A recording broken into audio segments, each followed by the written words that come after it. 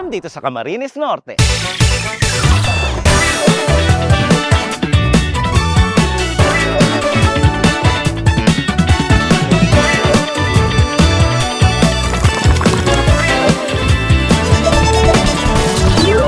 Hello mga Kabs! Welcome back dito sa Kabses Channel. Andito tayo ngayon sa Pandawan Beachport, Bicol Region, Camarines Norte. Seafood agad paglapag natin dito. Dito natin malalaman kung magkano nga ba ang presyo dito sa Bicol ng mga seafood. Marami ang nagsasabi sa inyo na mura po ang mga seafood dito. Tara, alamin natin sa loob. Pasok na tayo. So mula dito sa kinatatayuan ko, tignan nyo naman ang estado dito. Medyo maingay ang background natin ngayon. So pagpasensyahan nyo na dahil nandito tayo sa maraming tao talaga. Parang merong bulungan na nangyayari sa sobrang dami ng tao dyan. Marami na ring nakalatag na mga isda. Yung iba hindi ko kilala na mga seafood dito. Mangilan-ngilan dyan ay pamilyar. Tapos ito naman yung bandang likod. Nakikita nyo, ang dami din tao, ang daming bangka. At ang daming nagbabagsak ng mga isda. Nakikita nyo, mga hinihila pa yung iba. Yung iba naman nakalatag na rin dito sa likod. Sobrang busy ng tao at tamang-tama lang ang dating natin. Ngayong oras na tayo mag-aalas 6 pa lang ng umaga. Kaya saktong-sakto talaga. Sir, ano tong meron tayo dito? Pating.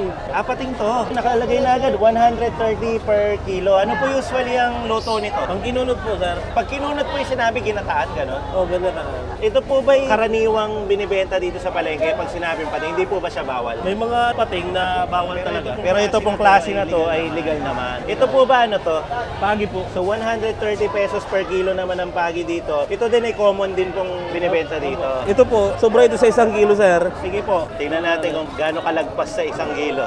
Nagit ng dalawa, sir, 2.3. Pero ito, sir, ang pinakamasarap na pagi. First class to eh. Ay, ito ba? Oo, kaya medyo mahal siya kumpara sa ibang pagi. O sige sir, kunin ko na yan. Sige po. 2 kilo siya umabot, no sir? 2.3. Tapos ang luto niyan, sir? Tausi. Pwede rin tausi. Dito naman tayo sa mga pating. Isang buo yan binibenta, no?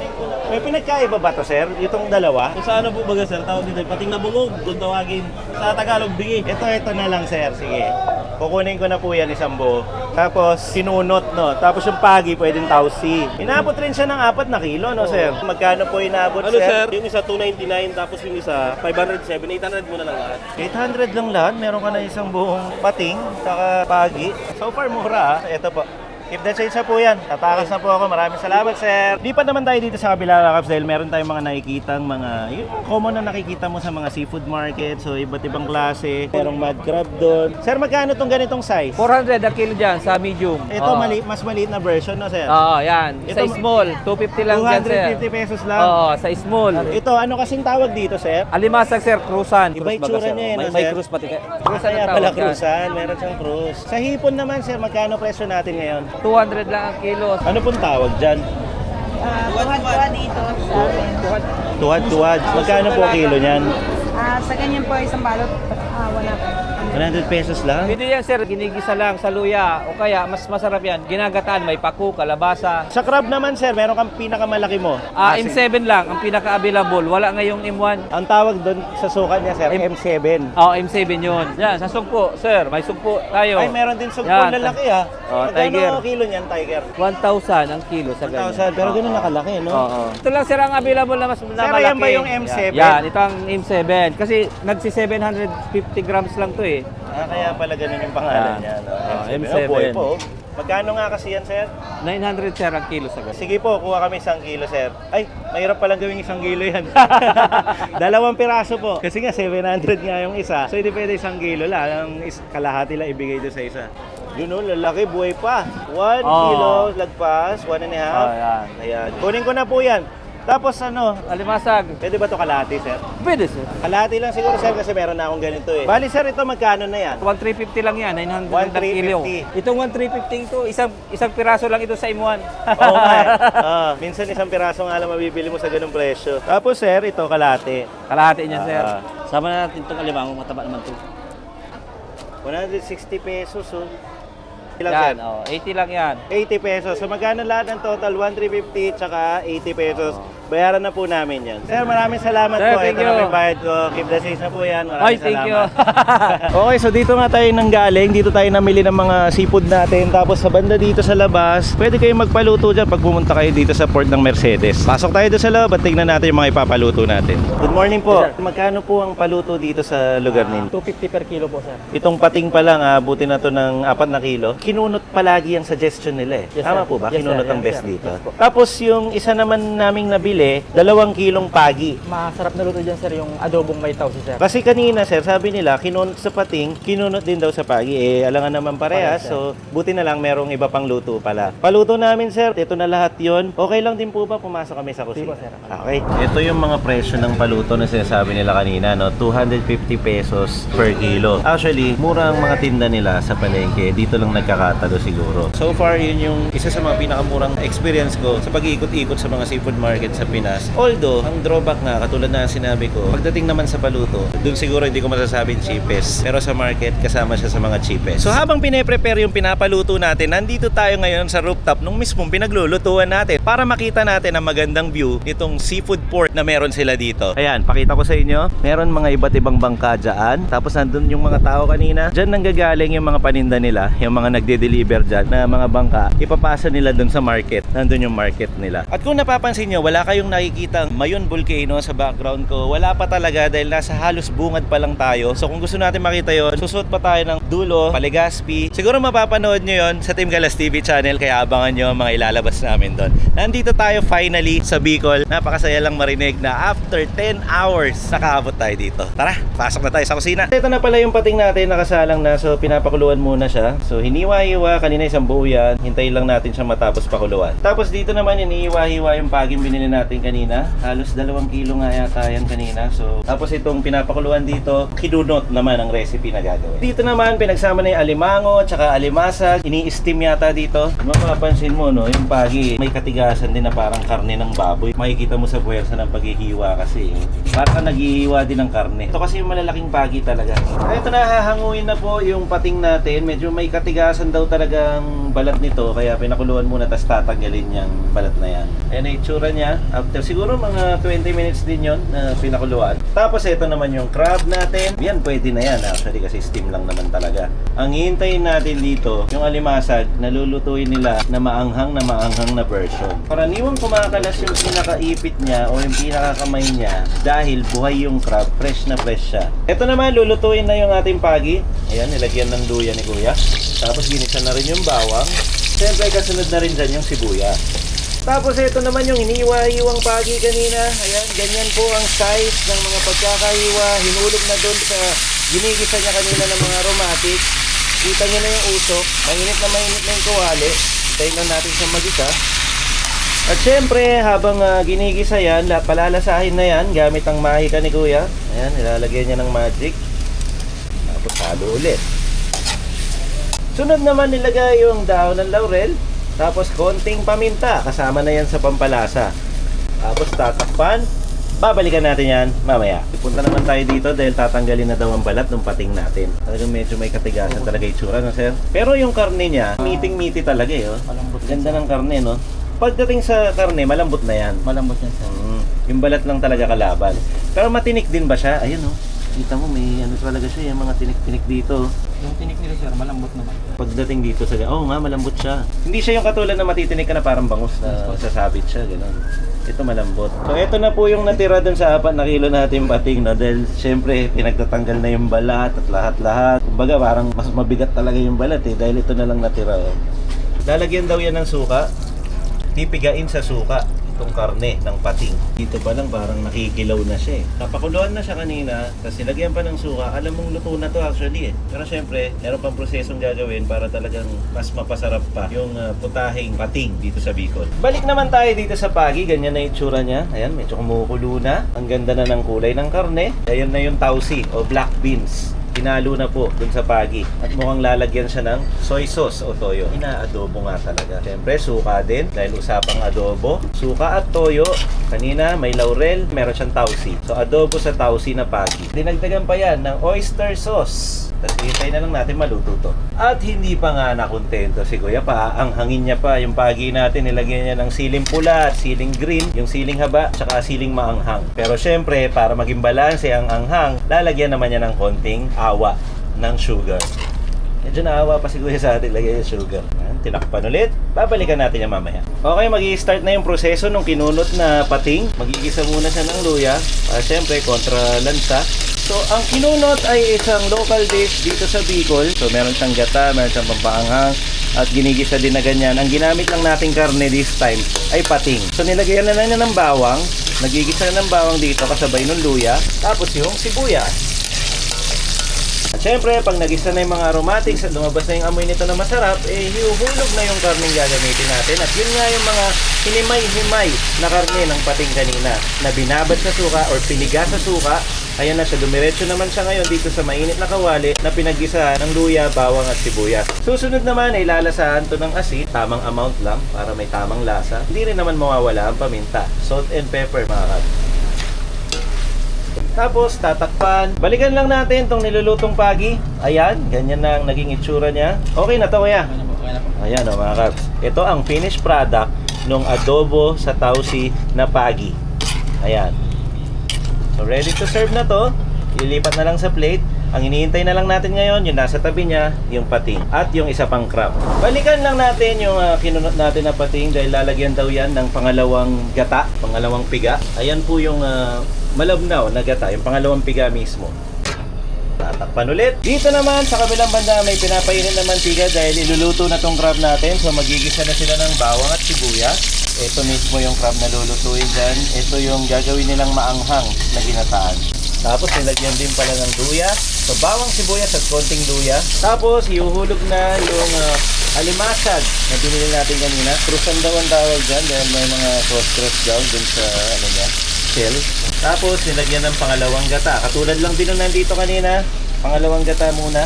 Yung malabnaw na version. So naghihiwa sila ng kalabasa ngayon, mukhang merong kasamang gulay itong kakainin natin mga putahe. Actually, lahat ng ginagawa nilang luto dito ay sorpresa para sa amin dahil wala naman kaming idea pa tungkol sa mga putaheng lokal. So kung meron mang gulay ang mga putaheng ilalagay, hindi rin namin alam. So hindi rin kami nagtatanong, hinahayaan lang natin na mangyari ang mga dapat mangyari dito sa kusina. Tapos dito naman sa kabila, ayan, binalikan na nga natin yung pating na putahe. Mukhang lalagyan na siya ng unang piga ng gata. Ito yung kakang gata kung tawagin. Andyan na lahat ng lasa nung pinagpigaan ng gata. Siyempre, kapartner lagi ng gata ang anghang dito sa Bicol. So, yun na yung pinakahuli ng ilalagay. Hintayin na lang yan. Tapos ready na yan. Ipi-plating na. Tapos balik tayo dito. Kung lalasahan na ng patis. Siyempre, para mas sumarap, lalagyan na konting patis. At usapang sarap na rin lang. Lagyan na rin siya ng mahika. Ayan, ilalagyan ng magic ni Sir. Tapos, konting spice pa. Paminta naman. Siyempre, katulad din doon sa kabila, lalagyan na rin siya ng unang piga ng gata. Ilang minuto na lang, matitikman na natin lahat yan. Dagdag pampanghang pa dito sa crab na to. Almost ready na yan. Ang susunod natin makikita yung mga plating na. Maraming salamat sa mga cook natin dito na magigiting. Thank you po. Pagkatapos nito ay kakain na kami. Salamat po. Ito na yung apat na putaheng binaluto. Binili natin kanila, niluto nila dito. Tapos na po. Ayan, meron tayong steam na crab, ginataan na alimasag dito. Tapos yung adobo sa tausi na pagi. Tapos ito naman yung pating natin na dish. Kompleto na, kain na tayo. Unang kain natin sa Bicol, mag-almusal na tayo. Ito na yung mga in-order natin, kasama natin ang buong grupong bumiyahe. Meron tayong crab, meron tayong adobo sa tausi, meron tayong kinunod na nakita nyo kanina, pati yung alimasag na ginataas sa apoy. Si Chow may trivia dito sa Tausi. Sige nga, sige Yung nga. tausi, yung buto ng sitaw yan. Kaya tinawag na tausi. Buto na sitaw ba to? Sitaw, Tausi. Ah, oo nga no. Ngayon pala nag-get. Ayan. Pating. Naman din naman.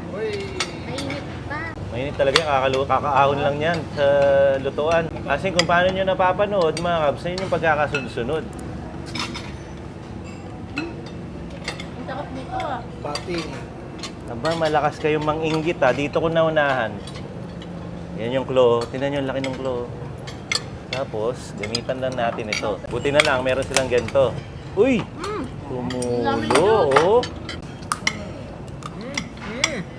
Oh, medyo manipis siya. No? Pero, at least, di ba? Ang galing ah. May lasang maalat. Paano ba ito? Ito? Ah, tol. Sabi nga pala Yan! Uy! Ay, malaki yun sa'yo. Kalimete. Kasama pala natin si dati nating kasama sa pagta-travel nung panahon pa namin ni Tata. Ang tawag namin sa kanya, Boy Susi. Oo nga. So yun, no, 2022. Tapos dito naman, ang hindi tumutulong sa credits, sa Ask TV, si Yai. TV. Hello po. Laging tulog, kaya hindi nakakasama. Sa mga oras na to, nakwento ko na yata kanina, 10 oras na po kami bumabiyahe at ito ang unang stop namin. Mapapanood nyo sa bonus clip yung mga stopover, kung anong oras kami umalis, ganun. Anyway, balik tayo sa pagkain. Master na dito yung lutong kata, no? Oo. Palagi nga. Lagyan natin yan ng sili. Sabi nila, pag dito sa Bicol, talaga staple sa kanila tong sili na to. Asan na? Ganda ng pagkakagata. Meaty siya, na malambot. Oh, may special! Ano yung order?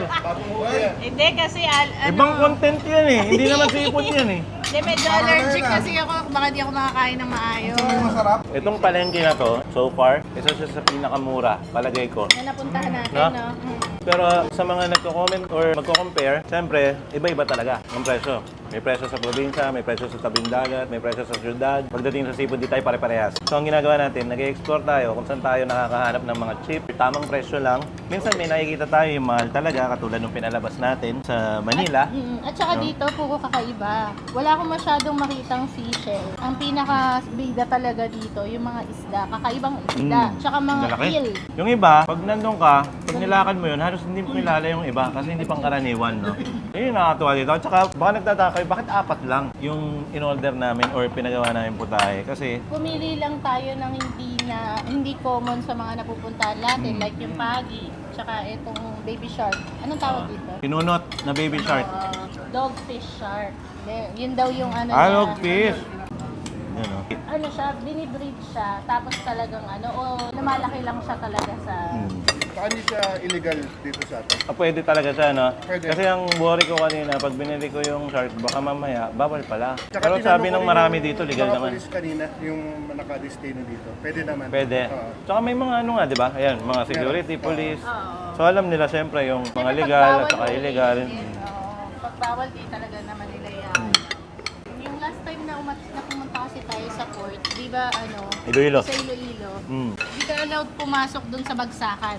Hanggang sa palengke ka lang. Hindi ka naman kasi magtitinda eh. Oo. So parang ito, more on open siya sa mga locals dito. So para siyang public market, pero in cheapest. Kasi yung shark na nabili natin, ang laki, 500 pesos lang. 4 Mura. kilos. Mura nito, so totoo lang. Pating, tapos ito, magkano lang? 200. First time ko kumain ng pating. Di siya Actually, yung pating, walang lansa. Kahit kaninang niluluto siya, inawakan ko. Tapos inamoy kami ko, wala siyang lansa. Pero, sticky yung texture. Pero meaty. Parang may resemblance yung naman niya sa tilapia. Parang tilapia. Parang malalaking tilapia, yung mga plapla. Ganun yung laman. Ayun, sana nagustuhan nyo ang palabas namin dito sa Bicol Seafood Market. First time talaga namin dito. So lahat ng kinain namin dito at pinamili namin ay natutuwa talaga kami. Kasi first ever. Tsaka paano pa lang tayo? Nasa Bicol region na tayo. Pero Patikim pa lang to. Wala pa tayo sa main part. Intro pa lang to ng Wala pa tayo Bicol. sa exciting part. At kung ano man yon, malamang ipapalabas na sa Team Kalas TV. Abangan nyo mga kabs. Kasi palagi ko nauna to eh. So kung naka-upload na to, hintayin nyo yung sa Team Kalas. Ang dami mong editor sa Team Canlas, tapos mauuna to. Kasi mas mabilis ako sa kanilang lahat. Tatlo yung editor ko. Ano yan, pinanis. Ayun. Maraming salamat mga Cubs. No? Lalo na sa mga sumusuporta sa Cubs. Hindi ko alam kung bilang mo na naman ang update. So, 45,000. 45 na ba? Oo, 45. Ayun. Galing every episode, dumadagdag na 1,000. Baby steps. Pero So, kailangan ko pa ng 55 na episode para ma-reach natin yung 100. baby No? steps, pero syempre, di ba, there's no way but up. So, Great natin things pataas. start from small beginning. Anyway, wala kaming outro. Hayaan nyo lang kami kumain tapos biglang mawawala tapos bibigyan ko kayo ng bonus clip mamaya. Tara, kain tayo. Thank you mga Cubs. Thank you. Kain! Papatayin na lang po ng cameraman yan pag gusto niya nang kumain. Hayaan niyo na kumain. Oy, di niya pa pinapatay. Di niya pa pinapatay. Papayaya pa kumain. Papayaya. Kain ka na. Uy, sikat ka na. Kilala ka na sa ibang lugar. Oy, ayaw niya pa rin So, dahil patayin. nagkakamera lang natin. Iyak na oh. Iyak na naman. Pag nakita yan ng mama niya, papagalitan talaga ako. Ayun na, iyak na oh. Oo. Oh. Ayaw pang patayin. Yeah mga Cubs, katulad ng dating gawin natin, sa dulo ng video, ipapakita ko sa inyo yung nagastos tungkol sa paluto. Yung mga pinamili natin, nakita nyo na yung presyo. Pero syempre sa dulo, kailangan malaman nyo rin magkano ang gagastusin kung kayo yung namili at kayo rin yung magpapaluto. Punta na tayo doon. Actually sa likod ko nakikita nyo yung dagat. Tapos may mga nakatira dito, may mga bangka. Tapos pati mga aso dito nakakasakay ng bangka. Sanay na sanay eh. Oh. Hello po, eto po. Ma'am, kunin ko lang po yung receipt at alamin namin magkano ang babayaran namin danyos. 1,500, 250, 250, 160, 170, 100. Total of 2,450 po lahat ng pinaluto natin. Ito mismo yung resibo nandito na. By the way mga kabs ha, may kasama rin kasi itong coffee, drinks namin, tsaka rice. Kaya siya naging ganyan ang presyo. Pero kung susumahin mo, ito lang talaga yon 1,500, 250, 250. Nasa 2,000 pesos po. 4 na putahe. Bayaran na natin to. Bayad na po kami. Time check mga kabs, 6:39 PM pupunta tayo ng Bicol na napanood nyo kanina. Tingnan natin kung gaano katagal o anong oras kami makakarating doon sa Bicol. Dahil alam nyo naman, mahaba ang biyahe from Pampanga to Bicol. At pasensya na kayo madilim kasi nga gabi kami nag-start magbiyahe para makarating kami siguro ng mga madaling araw or baka early morning na. So sasakay na ako at magkita-kita tayo sa susunod na stopover. So eksaktong 8 o'clock na tayo nakarating sa una nating stopover, Makati City po, dahil susunduin natin mga kasama natin. Actually nandito na tayo. So para siyang 1.5 hour. Hello po. 1.5 hour nakaparating ng Makati. Tapos update ulit namin kayo sa susunod namin stopover. Kaya tara, tuloy-tuloy na tayo sa biyahe. Time check tayo, almost 3 hours mula nung nanggaling tayo sa Makati. Dito na tayo sa ating second stopover. Welcome to Lucena City. Snacks lang muna kami, tapos biyahe ulit tayo. Maya na lang kami mag-dinner. Let's go. Bonus clip ha! Nandito na kami sa Bitokang Manok yata to. Hindi na natin nakikita kasi madilim. Gabi kasi kami bumiyahe, no? Alas 12 na. Okay, time check, 12:14. Pangatlong stopover namin. Kakain kami dito sa Mamalitas Eatery. Hindi naman namin to binlog, no? Bonus clip lang to kasi parang ilang oras na yata tayo bumiyahe. Hindi ko alam kung ilang oras pa bago makarating. Nakalimutan ko kayong i-update. Ang ulam ko dito, pork steak. Sana ng kanin. May kasama kaming bata. Di tapos. Tama yung height. Sabi lang ni camera woman. Kain tayo. Time check mga kabs, 5:02 AM at nandito na tayo sa port ng Mercedes. Nandito na tayo sa Bicol Region mga kabs. At hindi ko alam kung ito yung una kong pinalabas, pero binigyan ko lang kayo ng update tungkol sa aming biyahe. Inabot siya ng almost 12 hours. Salamat sa mga nanonood ng bonus clip.